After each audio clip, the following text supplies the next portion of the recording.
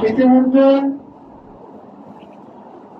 আমাদের নেতৃবৃন্দ বলেছেন যে শহীদ প্রেসিডেন্ট জিয়াউর রহমান 1978 সালে 1 সেপ্টেম্বর বাংলাদেশ জাতীয়তাবাদী দল গঠন করেছেন।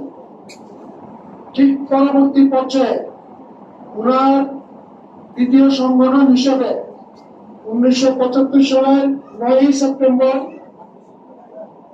1978 সালের 9 সেপ্টেম্বর এই বাংলাদেশ জাতীয়তাবাদী মহিলা দল উনি গঠন করেন।